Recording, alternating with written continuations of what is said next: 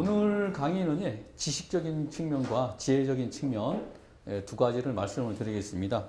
우선 삼신불, 삼세불, 삼계불에 대한 개념과 정의를 명확하게 하고 오늘 강의를 이제 마칠까 합니다. 우선 삼신불, 삼세불, 삼계불 익숙한 분도 있고 나는 모르겠다는 분들도 있을 거예요. 그래서 설명을 하는데 혹시 얘기하다가 모르는 부분은 제가 얼마든지 리바이벌 해드립니다. 100번이라도 해드릴 테니까 궁금한 거 오늘 요거에 대해서는 해소를 하고 가버리셔야 돼요. 집에 가서 찝찝한 거 2% 남길 필요가 없습니다. 예. 우선 삼신불을, 삼계불, 삼세불은 이거 대승불교에서 나온 용어예요. 이게 초기 불교 부처님 시대 때는 이게 없었습니다. 대승불교에서 교학적인 측면으로 이해를 쉽게 하기 위해서 나온 게 이 삼신불, 삼세불, 삼계불 요 개념이에요. 그러면 삼신불부터 한번 보도록 하겠습니다. 삼신의 이 신은 몸, 보인다. 몸을 뜻하는 거예요. 무슨 말이냐 그러면 부처님의 가르침, 부처님의 지혜 이런 거를 표현한 거예요. 모습으로. 부처님의 수행 이런 거를 우리가 배우게 하려고 몸으로 표현한 거다. 이렇게 이해하시면 돼요. 진리는 눈에 안 보여요. 부처님 법 그러면 이게 눈에 안 보인단 말이에요. 그죠? 부처님의 가르침 그러면 이게 눈에 보이는 건 아니에요. 물론 활자로서 우리한테 그 가르침을 전하는 역할은 하지만 그 진리 그 자체를 몸으로 표현을 지금까지 그 초기 불교에서는 안 했단 말이에요. 근데 대승불교로 넘어오면서 자, 대승불교는 우리가 대한민국의 대승불교 국가입니다. 인도에서 시작돼가지고 중국을 거쳐서 우리나라로 왔는데 대승불교에 지금은 꽃을 피운 게 어떻게 보면 대한민국이라고 볼 수 있어요. 그리고 저기 동남아, 태국이나 그리고 캄보디아나 이런 쪽은 우리가 소승불교라고 비하하는데 소승불교라고 하는 거는 사실 맞지 않고 상자부 불교라고 하는 게 맞습니다. 예, 상자부 불교. 이렇게 해서 대승불교와 소승불교가 나누는데 요 대승불교가 부처님이 열반하시고 부처님이 돌아가시고 약 400년 후부터 탄생을 해요. 왜 탄생하냐 그러면 그 전에 상자부 불교 부처님이 열반하시니까 파가 한 20개가 생겨요. 이걸 부파불교라 그러거든요. 즉 부처님의 가르침 하나를 가지고 이 하나를 가지고 제가 이제 주로 많이 사용하는 게 라면 끓이는 거.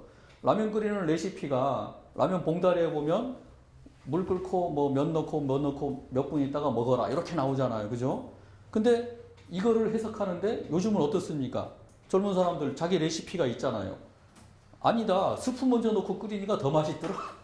아니 파 넣고 끓이니까 더 맛있더라. 맛있게 먹는 방법은 목표는 똑같은 거예요. 근데 거기에 해석하는 게 조금씩 나눠진단 말이에요. 이게 상자부 불교, 부파 불교인데 이게 문제가 뭐냐 그러면 너무 철학적으로 가요. 불교가. 대중들하고 멀어지는 계기가 됩니다. 이 400년간 너무 이 부처님의 가르침이 우리 대중들하고 이게 안 맞게 너무 철학적으로 가고 불교가 굉장히 어려워지기 시작했어요. 어려워지니까 이 대중들은 부처님이 그리운 거예요. 부처님의 가르침이 그립고 이게 부처님의 가르침이 아닌데 하면서 태어난 운동이 대승불교예요. 그래서 400년 후부터 대승불교가 히트를 칩니다. 아주 말로 홈런을 쳐요. 어떻게 치느냐 그러면 우리 그 대승불교의 가장 대표적인 경전들이 금강경, 법화경, 이런 경전들이 있는데 여기에 보면 관음경도 있죠. 보면 경전을 수지 독송하면 위타인설, 수지 독송하고 여러 사람에게 해설하고 알리면 그 공덕이 허벌 크다. 말도 못하게 크다. 하늘에서 금이 떨어져도 이거보다 크다. 이렇게 막 주입을 시켜놓으니까 대승불교가 히트를 쳐요. 중국과 우리나라에서. 이 대승 히트 친 게 실크로드가 5,000km란 말이에요. 어마어마합니다. 5,000km. 제주하고 서울 거리가 몇 킬로인지 아세요?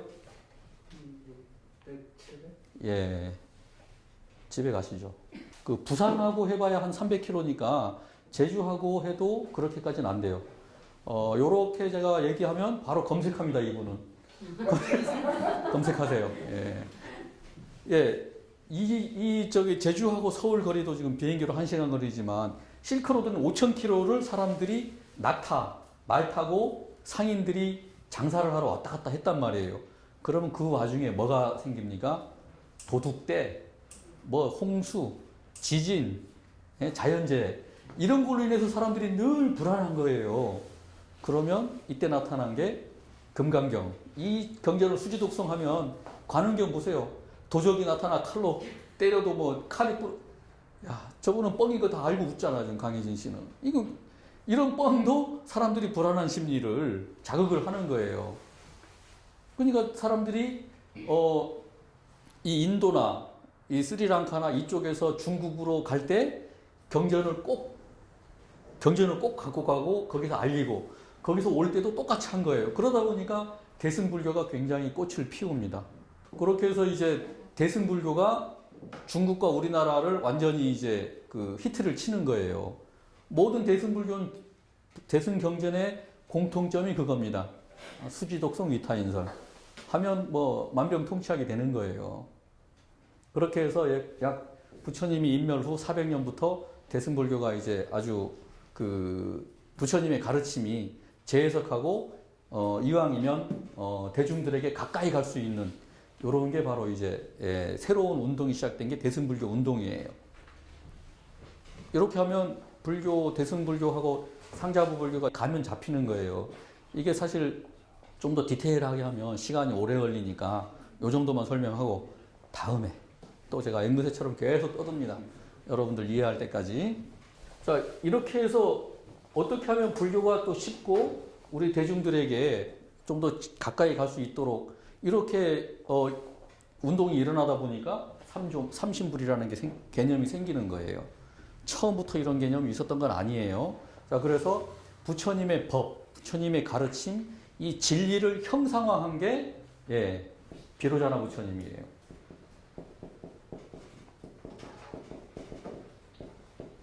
이거는 뭐 해인사에도 있고요. 제주도는 약천사가 있습니다. 약천사에 가면 가운데 버티고 계신 분이 비로자나 부처님인 거예요. 요거는 진리를 형상화했다고 보시면 돼요. 우리가 배우는 부처님의 가르침, 진리, 즉 광명이란 뜻이에요. 한문으로는 대일열이라고 씁니다. 이거는 뜻을 풀이해서 쓴 거예요. 뜻을 풀이해서. 그리고 비로자나 부처님도 한문으로 쓴 건데 원어는 바이로차나입니다. 바이로차나를 이렇게 한문으로 그냥 음력한 거고 대일열에는 의역한 거예요. 그러니까 뜻을 풀어서 한문으로 하는데 우리가 우리나라에서 불교 공부가 어려운 게 중국어를 거치다 보니까 한문화돼 가지고 이 뜻 오늘 공부하는 것도 삼법인도 무상고 무화인데 요것도 한문으로만 해석하다 보니까 자꾸 오류가 생깁니다. 그래서 이 뜻을 확실히 아셔야 돼요. 자, 진리를 형성한 게 비로자나 부처님이에요. 그리고 열심히 수행해가지고 여러분들이 이제 열심히 수행을 했어요. 그리고 부처님이 됐다. 정말 피나는 수행을 해서 부처가 됩니다. 이렇게 열심히 수행을 해서 부처가 된 분을 원만보신. 여기서 주목할 거는 모자예요. 이거는 나타난다는 뜻이거든요. 공덕, 결과 이 뜻이에요. 열심히 수행해가지고 그 결과로 나타낸 몸이다. 그럼 대표적으로 누굴 꼽느냐? 노사나불과 아미타불을 꼽습니다. 즉, 자, 노사나불과 아미타불은 이렇게 열심히 수행해서 그 결과의 몸이에요. 아미타 부처님은 누구냐 그러면 극락이라고 말 들어보셨죠? 극락. 극락은 우리 그 불자들의 로망입니다. 그 극락을 주관하시는 분이 아미타 부처님인 거예요. 이 아미타 부처님이 아직 부처가 되기 전에 법장 비구라고, 그러니까 비구는 스님이란 남자 스님이란 뜻이에요. 법명은 법장이고 법장이라는 스님이 정말 피나는 수행을 해가지고 만든 게 극락이고 그래서 극락세계에 가서 부처님이 되셨는데 그게 아미타 부처님인 거예요. 이거는 이제 그 수행의 결과다. 그리고 아미타 부처님은 동북아에서 거의 사실 석가모니 부처님보다 더 인기 좋다고 보셔도 돼요. 대만, 중국 가면요, 정말 이 아미타불 사상이 아주 그냥 주름 잡고 있습니다. 그 일례로 영주 부석사 그리고 예천 봉정사 엘리자베스 여왕이 왔다 갔다 하는 봉정사에 가면 우리나라에서 가장 오래된 건물이 있습니다. 그러니까 봉정사 극락전인지 부석사 무량수전인지 정확하게 어느 게 더 오래됐다는 건 없어요. 근데 이 두 개가 우리나라에서 가장 최고로 오래된 건물로 꼽습니다. 근데 공통점이 뭐냐 그러면 아미타 부처님을 모셨다는 게 공통점인 거예요. 재밌죠, 이게. 그러니까 우리 선조들이 얼마나 죽어서 극락을 가기를 염원했는지 알 수가 있는 거예요. 극락 가면 장땡입니다, 진짜. 예. 극락 가면 끝이에요. 예. 그래서 이 아미타 부처님을 모신 전각은 요거 극락전은 나중에 설명하도록 하겠고요. 이렇게 해서 이 법장 비구가 정말 겁나 열심히 수행해가지고 만든 곳이 극락세계고, 그리고 거기에 이렇게 대장님이 아미타 부처님인 거예요. 이렇게 해서 이분은 원만하게 결과를 이루었다. 그래서 그 몸으로 나타나는 게 아미타 부처님인 거예요. 자, 그러면 법신불하고 보신불은 이제 아시겠죠?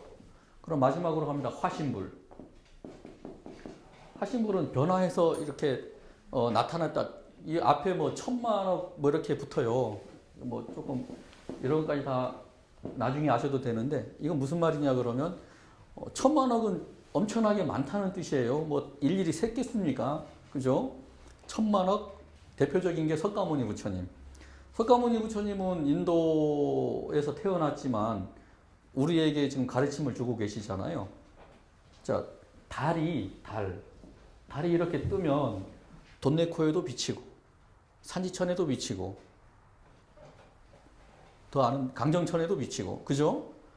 이게 석가모니 부처님으로 생각하고 이게 각 여러 세계라고 이해하시면 돼요. 그렇게 석가모니 부처님은 이렇게 변화해서 나타나셔가지고 중생들을 제도해 주신다, 이 뜻이에요. 그렇게 해서 화신은 누구냐? 석가모니 부처님. 이렇게 하면 삼신불이 끝나는 거예요.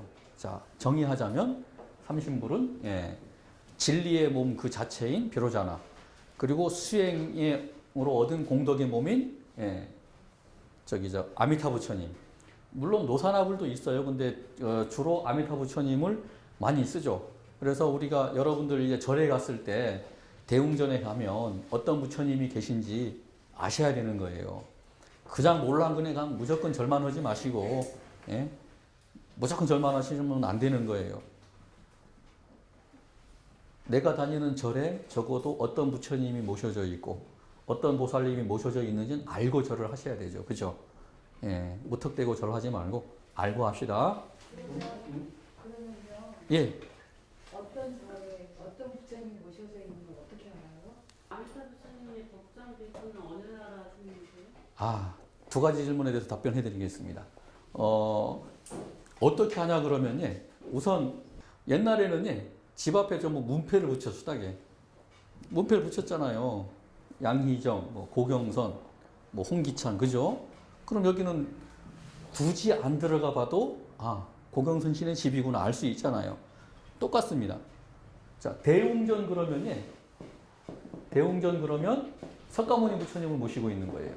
그러니까 굳이 법당에 안 들어가도 간판만 보고 문패만 보고 여기에는 석가모니 부처님이 모셔져 있구나. 그러니까 정각들이 여러 개 있는 거예요. 극락전. 극락 그러면 뭐 아까 누구? 이렇게 탁탁 튀어나와야 제가 열심히 말하는 보람이 있지 않겠습니까? 그리고 뭐 관음전 그러면 쉽잖아요. 누구? 관세음보살. 뭐 지장전 그러면 천재들이다, 천재들이야. 근데 이제 이런 공부를 조금 어렵게 하는 것들이 극락전 또는 무량수전, 이런 식으로 이름을 붙여버리면 조금 헷갈릴 수 있는데 그래서 공부가 필요한 거죠. 미타전도 있습니다. 미타전, 이거 같은 말이거든요. 같은 말이고 같은 부처님을 모셔져 있는 거예요. 그러면 여기는 아미타 부처님. 그리고 마지막으로 관음전 지장전은 너무 쉽고 지장전 이름이 또 명부전인 것도 있어요. 명부전. 명부전이라고 하는 게 많습니다. 명부는 이제 어두울 명절 써가지고 어두운 세계에 이제 그 주관하시는 보살님이다 그래서 지장보살님인데 이렇게 해서 하고 그다음 아까 비로자나 부처님 모신 전가 대적광전. 대적광전. 이렇게 하면 누구? 비로자나 부처님. 여기서 조금 더 나가면 부처님들의 손 모양 그리고 뭐 손에 뭘 들는 거 그걸 지물이라 그러거든요. 이런 걸로 또 판단을 할 수 있습니다. 특히 손 모양으로 나중에 이것까지 공부시켜 드릴게요. 오늘은 이거 시간상 못하고 일단은 요렇게 해서 어떤 부처님이 오셔져 있는지 일단은 알 수 있어요. 자, 우리 여기 법륜사에는 정각이 두 개가 있습니다. 하나는 대웅전, 하나는 극락전이에요. 그러면 극락전에는 이제는 누구가 모셔져 있는지 알겠죠? 안 들어가 봐도 아미타 부처님이 계시구나. 그래서 나중에 공부가 되면 아미타 부처님 옆에는 또 그 협시보살이라 그러는데 어떤 개념이냐면 비서실장들이 옆에 계세요. 그러면 그 비서실장이 어떤 분들인가 보고 또 어떤 부처님인지 알 수가 있고 그러니까 부처님을 아는 방법은 여러 가지가 있는데 일단 보기 전에 들어가기 전에 이렇게 해서 어떤 부처님이 모셔져 있는지 알 수가 있는 거예요. 법장비구가 열심히 수행해서 극락을 만들었다고 했잖아요.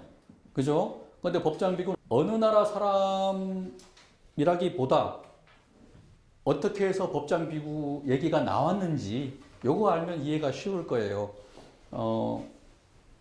이 대승불교 전에는 아미타 부처님이란 존재가 없습니다. 비로자나 부처님도 없어요.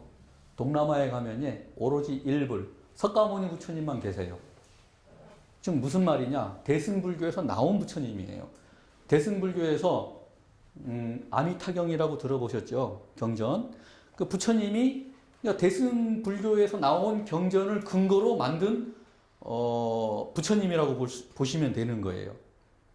원래 이 부처님이 석가모니 부처님처럼 언제 태어나가지고 어떻게 수행해서 이게 아니고 석가모니 부처님 입에서 일로 서쪽으로 10만억 국토를 지나면 극락세계가 있는데 거기에는 아미타 부처님이 계신다. 그 아미타 부처님은 법장 비굴 때 겁나 빡세게 수행해가지고 부처가 됐다. 그분이 바로 아미타 부처님이고 그분이 세운 세계가 극락세계다. 라고 말씀하셔서 이게 우리한테 이게 공부가 되는 거지. 어떻게 보면 허구라고 보셔도 됩니다. 아시겠죠? 자, 그리고 삼신불은 이제 아시겠죠? 삼세불하고 삼계불에 대해서 이건 간단하게 설명드리겠습니다. 세는 시간, 개는 공간 이렇게 보시면 돼요. 시간과 공간이다. 시간은 뭐냐? 과거, 현재, 미래. 과거, 현재, 미래. 그리고 삼계불은 동, 남, 서 요 개념으로 가시면 되겠네요. 자, 삼세불은 말 그대로 세자가 시간을 뜻해요. 요것만 아시면 됩니다. 세는 시간이다. 그러면 이제 현재 우리를 제도하시는 부처님이 누군 거예요? 강혜지. 마스크 쓰니까 누가 걷는지 알 수가 있나 이거 참. 석가모니 부처님이 현재는. 그래서 우리가 나무 시아본사 밥 먹듯이 하는 게 나무 시아본사잖아요. 시아본사, 시아. 지금 이 시대의 나의 본사, 근본 스승은 석가모니 부처님이다. 라고 우리가 늘 얘기하는 게 그거예요. 시아본사 석가모니불, 시아본사 뭐 이 법회 때 늘 하잖아요. 요게 지금 현재 나의 근본 스승님은 석가모니 부처님이다라고 얘기하는 거예요. 그래서 지금은 석가모니 부처님 시대고 과거에는 누구냐? 누구? 연등 부처님. 야, 훌륭하십니다. 예, 앞으로 석가모니 부처님 시대가 끝나고 이제 새롭게 이제 중생을 제도하러 오실 분이 누구? 미륵. 정말 진짜 하나를 가르치면 하나를 안 해. 대단하십니다, 진짜. 자, 이렇게 하는데 대표적인 데가 불국사예요. 불국사에 가면 석가모니 부처님이 중앙에 계시고, 예, 부처님을 기준으로 오른쪽에는 연등 부처님인데, 예, 연등 부처님이 그 부처가 되기 전에 제와갈라 보살이었어요. 그리고 예, 여기도 미륵 보살인 게 맞죠. 이렇게 해서 과거, 현재, 미래로 나눕니다. 그러면 왜 연등 부처님인데 부처 가면 예, 부처님만 이렇게 부처로 모시고 양옆에는 보살로 모셨어요. 그거는 석가모니 부처님을 좀 돋보이게 하는 효과가 있습니다. 웃기잖아요. 연등 부처님하고 석가모니 부처님은 부처님인데 아직 미륵보살은 보살이란 말이죠. 아직 미륵불은 아니에요. 그죠? 그러면 구도가 어떻게 되겠어요? 부처, 보살 이렇게 되는 거예요. 그러면 구도가 안 맞습니다. 그래서 석가모니 부처님을 더 돋보이게 하기 위해서 예, 연등 부를 안 모시고 제와 갈라 보살, 즉 연등 부처님이 되기 전 보살의 모습을 모시는 거예요. 이렇게 해서 삼각 구도가 되는 겁니다. 그러면 미륵 부처님이 지금 어디 계신지 아세요? 서귀포에 있나? 도솔천. 이거는 저 지식적인 측면에서 잊어버리면 안 돼. 도솔천은 왜 그러냐면 이 도솔천의 역할이 그래요. 도솔천의 역할은 차기 부처가 되실 분이 머무는 곳이에요. 차기 부처가 되실 분. 즉 연등 부처님 시대에는 도솔천에 석가모니 부처님이 계셨단 말이죠. 석가모니 부처님이 도솔천에서 딱 있다가 때가 되니까 내려오신 거예요. 그래서 석가탄신일은 안 맞는 말이고 부처님이 스스로 사바세계에 오셨기 때문에 부처님 오신 날을 맞는 표현이라서 여러분들 젊은 우리 불자님들은 맞는 표현을 써주셔야 돼요. 석가모니 부처님이 스스로 왔어요. 누가 오래 넣은 게 아니고. 그래서 부처님 오신 날 이런 표현을 쓰는 거예요. 그래서 도솔천에 이 연등 부처님 시대에는 도솔천에 석가모니 부처님이 번호표 1번 뽑고 기다리고 있었어요. 부르면 가야지 해가지고. 그래서 연등 부처님 시대가 끝나니까 바로 석가모니 부처님이 내려왔단 말이죠. 그러면 도솔천에 자리가 비잖아요. 그죠? 그 빈자리를 미륵보살이 지금 계신 거예요. 그래서 석가모니 부처님 시대가 끝나면 미륵보살님이 용화세계, 용화수 아래 와서 예, 부처가 돼서 여러분들은 제도 못하겠네. 다 죽어보니까. 예. 예. 요 기간이 얼마? 56억 7천만 년인데 이렇게 하면 너무 사실 까마득합니다. 그래서 56억 7천만 년이라는 거는 예, 영화 인터스텔라 보면 그 우주의 시간은 틀려요. 우리 지구의 시간과. 인터스텔라 영화 안 보신 분을 위해서 예, 우주 갔다 와신 뒤 딸이 할망된 거의 이제 예, 임종을 맞이하고 갔다 온 아방은 40대로 남아있고 그러니까 이게 우주의 시간은 이렇게 틀리단 말이죠. 그래서 56억 7천만이다 그러면 내일이 될 수도 있고 예, 모레가 될 수도 있어요. 여러분들 시대에 또 볼 수도 있고 아니면 여러분들 중에 또 예? 미륵보살님이 이제 부처가 돼서 용화세계에 나오면 그 자리에 누가 비겠죠. 그잖아요. 그 자리에 누가 들어갈까? 손 드세요. 이렇게 안 들어가겠다는 굳은 의지 참. 예, 여러분들 열심히 수행해서 미륵부처님이 오실 때는 그 도솔천의 주인이 되시기 바랍니다. 도솔천의 주인은 여러분들이에요. 아시겠습니까? 예, 이렇게 하면 삼세불도 끝나요. 공간적인 개념은 어디가 있어요? 동서남북, 뭐 동동서, 뭐 남남북 이런 식으로 해서 10가지 방향을 우리가 한번 그려볼까요? 이렇게 하면 동, 서, 남, 북. 그래서 또 나눕니다. 이렇게. 그럼 몇 개가 돼요? 8개가 되죠. 여기서 중앙, 땅하고 하늘을 가리키면 10가지 방향이 돼요. 그죠? 그래서 우리가 시방삼세 하는 게 이 뜻이에요. 시방삼세. 자, 시방은 식방을 이제 발음상 부드럽게 한 거예요. 우리가 석가모니 정근할 때 서가모니 해서 부드럽게 이제 정근하듯이 식방을 줄여서 시방삼세. 무슨 말이냐? 10가지 방향에 아니 계신 곳이 없고 삼세. 세는 아까 무슨 개념이라 그랬어요? 시간이라 그랬잖아요.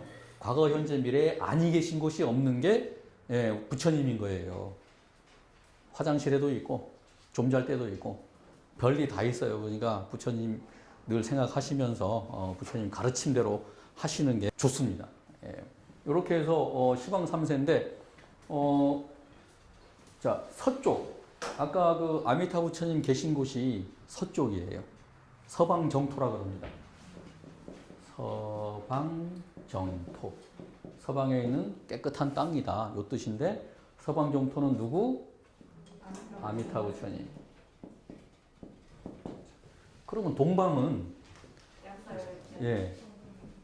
자, 요거는 이제 약사열인데요. 설명을 조금 해드릴게요. 예. 그 약사열의 부처님은 누구냐 그러면 중생들의 병을 구안해주는 부처님이신 거예요. 법륜사 들어오면서 보신 분은 있을 건데 여기 저 부처님이 계셨죠. 예, 그 부처님 손에 단지를 하나 들고 있어요. 이렇게 단지를 들고 있으면 약사열의 부처님인 거예요. 그래서 굳이 약사열의 부처님을 모신 정각을 약사전이라 그러는데 그걸 잊어버리고 그냥 들어간 거야. 근데 부처님 봤는데 손에 단지가 하나 있어. 그러면 그 약사열의 부처님이에요. 그러면 설령 그 문패를 안 봐도 약사전이구나. 이렇게 하시면 되는 겁니다. 그러니까 아는 방법은 여러 가지가 있는 거예요. 한라산 정상 가는 방법은 하나만 있는 게 아니잖아요. 그죠? 여러 가지 방법이 있듯이 목적으로 가는 그 코스는 여러 개가 있어요. 그래서 이 약사열의 부처님은 어디 계시느냐? 동방 유리광 세계에 계십니다. 그러면 동하고 서는 됐잖아요. 그죠? 그리고 남은 우리가 사는 세계를 이 남선부주라 그래요. 남선부주에 석가모니 부처님 와서 제도를 하고 계시잖아요. 그러면 구도가 끝나잖아요. 석가모니. 요거는 공간적인 개념이 되는 겁니다. 이렇게 해서 서, 동, 남 이렇게 해서 이제 이렇게 부처님이 모셔져 있으면 이거는 공간적인 개념으로 부처님을 모셨구나. 시간적인 개념으로 부처님을 모셨구나. 이제 그 뜻을 아시면 되는 거죠. 삼존불은 그냥 편안하게 부처님과 보살님 두 분을 모셔도 삼존불이라 그러고 부처님을 세 분 모셔도 삼존불이라고 하셔도 무방합니다. 근데 뭐 지금은 부처님 세 분 모시면 대웅보전이라 그래서 격을 한 단계 좀 높여주긴 합니다. 석가모니 부처님 그러면 보현, 문수. 아미타 부처님 그러면 여기가 대세지죠. 여기가 관음. 그리고 뭐 약사 그러면 여기가 월광이죠. 일광. 이런 식으로 된 거를 삼존불이라 그래요. 그리고 여기에다가 이제 석가모니 부처님과 여기 아미타 부처님, 약사가 안 맞죠. 이렇게 해도 삼존불 개념으로 다 통용이 됩니다. 그러니까 이렇게 불보살님들을 높여서 부르는 용어라고 이렇게 이해하시면 되겠어요. 근데 건물은 이렇게 하면 보통 우리가 대웅전이라고 쓰죠. 그죠? 근데 아미타 부처님 모시고 약사열의 부처님 모시면 대웅보전이라고 해서 격을 한 단계 높여주는 거예요. 자, 여기까지 해서 삼존불, 삼신불, 삼세불, 삼계불에 대해서 명확하게 말씀을 드렸는데 그래도 나는 이것이 궁금하다. 집에 가서 잠을 못 자겠다. 혹시 계신 분 있으면 말씀을 하세요. 지금 여기서 북쪽은 그러면 저기 비료자라고 그러니까 아, 비료잔나불이라고도 하고, 예, 보생불이라고도 하는데, 예, 예. 근데, 사실 부처님을 세 분 모시는 게 삼존불이기 때문에 뒤에 모시면 웃기겠지? 예, 안 보여가지고. 예. 그래서 이제 그렇게 모시는, 여기 사실 이게 유교적인 개념으로 보시면 돼요. 아까도 말씀드렸듯이 상자부 불교. 동남아 가면 없습니다. 아무도 없어요. 오로지 부처님 한 분. 근데 이게 중국을 거치면서 유교적인 개념. 오른쪽엔 누계, 왼쪽은 누계. 이런 식으로 하다 보니까 이런 삼존불 개념이 이제 생겼다고 보시면 되겠습니다.